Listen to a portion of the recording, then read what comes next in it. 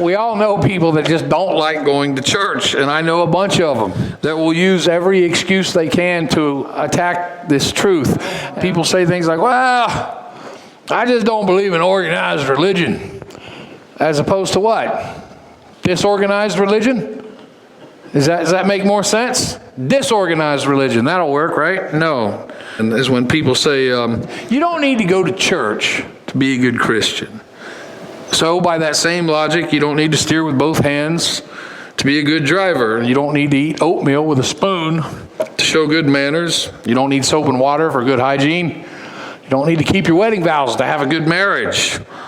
You don't need to work every day to get a good paycheck. Now, obviously, you don't need to read the Bible to know what it says about being a good Christian, because if you wear the uniform and never report for duty, you're no more in touch with reality than the kid in the backyard walking around with a bucket on his head, and so he says he's an astronaut. He's not. He may think he is, but he's not. And did you ever wonder, this is interesting, why did Jesus command us to go and make disciples? I mean, he's Jesus. Why couldn't he have just made it known? Why didn't he just let people know, all the people in the world, he's the Son of God? He could have just said, hey, I'm the Son of God, and made everyone know that. He could have done that, but he didn't. Instead, he said in Matthew 28, go and make disciples of all nations. Why do you think he did that? Make disciples. Well, first of all, that's a commandment. And second of all, it begins with fellowship. It involves fellowship.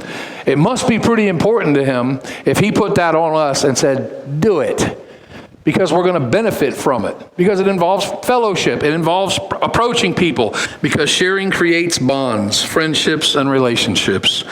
And God has made it abundantly clear that he desires that we are to love one another. He made us as relational beings. God's like the hive, and we're the bees. And if a bee wanders too far off, he may feel free and on his own because he don't have to do anything on Sunday, but he's going to get picked off by a bird.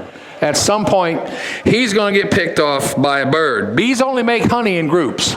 They only make honey in groups. There are no accounts where a single bee went off on his own and started his own honey business because he doesn't believe in organized honey making. Right? Doesn't happen. It just doesn't happen. Has to be with the other bees. That's the way it works. And even in the body is not made up of one part, but of many.